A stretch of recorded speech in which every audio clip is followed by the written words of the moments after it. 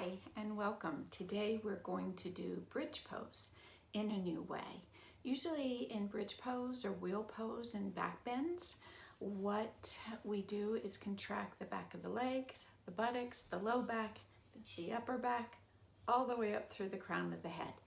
Today what we're going to work on is contracting the back of the legs, the buttocks, but then also the front core so we get some length to the lower back, and then contract the upper back. This will build muscular stability that we need to support the spine. So let's hop on the mat. Oh, and if you haven't subscribed, click subscribe. All right, so on the mat, you're going to start on your back with knees bent. We're going to do this posture 2 times so you can have 2 options for what to do with your arms. So start off with your heels close to your sitting bones, and then it's nice to just lift the toes and just give them a little wiggle, and then relax the soles of the feet down to the floor. And then reach the arms up and over the head. As you do that, you might lift your head and draw your chin into your chest slightly so there's extension on the back of the neck. Notice if your elbows are bent or if this is any struggle in your shoulders. If so, just lift your hands off the floor so your elbows can straighten and your palms face each other, dialing your pinky fingers in slightly. Press down with the heel.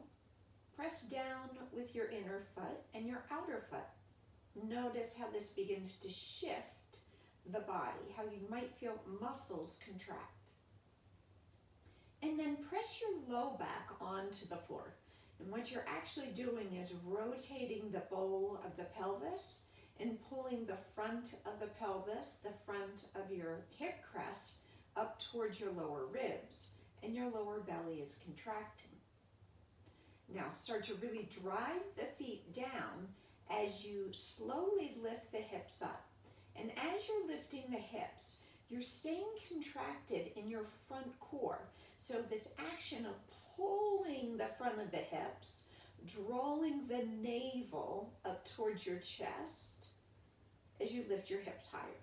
You might notice the firming of the hamstrings, the back of the legs, and then really press the heels down. That'll accelerate the hamstring contraction. Press down inner foot.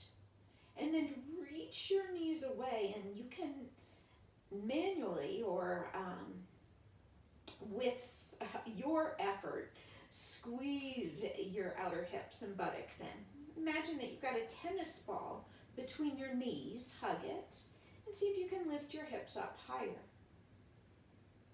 Slowly release the hips down to the floor by pulling the belly in as you lower them. And then bring the arms back by your side.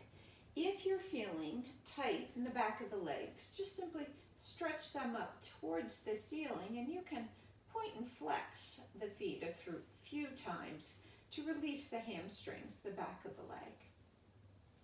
All right, if that wasn't what you were enjoying feeling in your shoulders and your upper back, we're going to come into robot arms with bent elbows at a 90 degree and palms facing each other. So this takes it a little bit further because you're able to press the back of the arm, the tricep into the mat, and notice how you can start to feel the chest lift. And the upper back contracts just a little deeper than it did in phase 1. With that lift to the chest, pull your lower belly in, and you'll notice the extension of the low back as it moves towards the floor. And when you change this movement of the spine, you'll notice you might need to slide the back of the skull away and lengthen the neck. Then press down heel, inner foot, and like before, slowly lift your hips up as you're pulling the front of the hips towards your ribs, contracting your front core as you press the backs of the arms down to stabilize the upper back. Keep pressing down with your heel, your inner foot, Imagine the tennis ball between your knees. Hug it.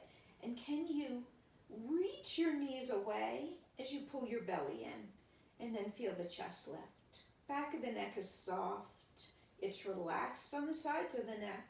And you're relaxed in your jaw. So just part your teeth. And then keep the work, pressing feet down, squeezing outer hips and buttocks, pressing backs of arms down, and then maintaining this tight front core by pulling the front of the hips towards your ribs.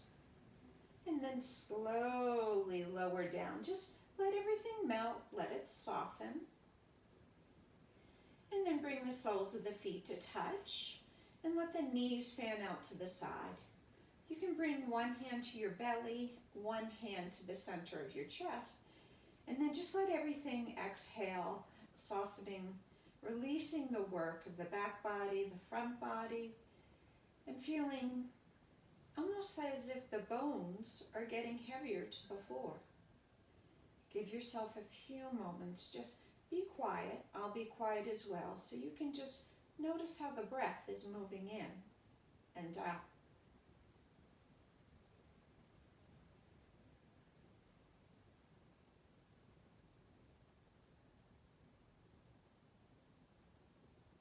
Close the knees together and walk the heels back again to the sitting bones. We'll come into bridge one last time. So your choice, arms over your head or robot arms. So if you're in robot arms, press the backs of the arms down into the floor. And if you're in arms overhead, make sure your elbows are extended and then hug your upper arms towards each other. Lengthen through the low back. So lower the low back to the floor by using your front core contraction. Press down heels, inner foot, and start to lift your hips up. As you're lifting your hips, firmly drive the feet down, keeping your toes relaxed. Hug your outer hips. Squeeze your glutes and draw your belly in as you begin to feel your heart lift up towards your chin. So chest to chin. Keep driving the feet down. Keep squeezing through the glutes. And then feel the action of moving the front of your hips towards your ribs. Feel the support to the spine. Stay here. Another inhale. And on an exhale, slowly release down. And you'll bring your feet wider than your hips. Turn your toes in slightly. You might again need to adjust the shoulders and the head. Let the knees knock in towards each other. And then again, bring a hand to the chest, a hand to your belly. Close your eyes. Maybe lift your toes again. Relax them by giving them a little wiggle. And feel the soles of the feet relax. With the knees supporting one another, begin to feel the weight of the top of the thigh bone grounding into the pelvis. Feel the subtle lift or arch of the low back. And feel the weight of the upper back and shoulder blades on the floor. And then feel the arch, the subtle lift of the back of the neck as you feel the weight of the back of the skull on the mat. Give yourself a few moments to be here, quiet, and breathe.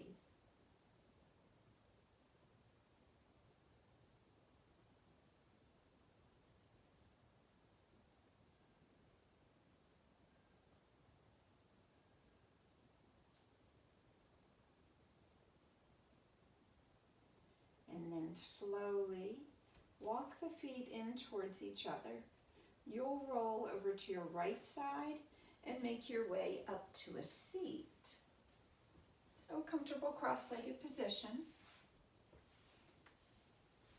And then bring your hands into your heart center. So thank you for joining me today and for being a part of my practice. And until next time. Namaste.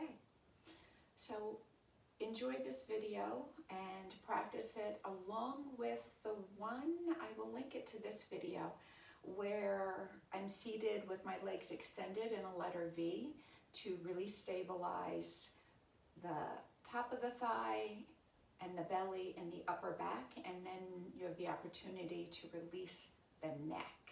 So the two will work well in unison. So take care.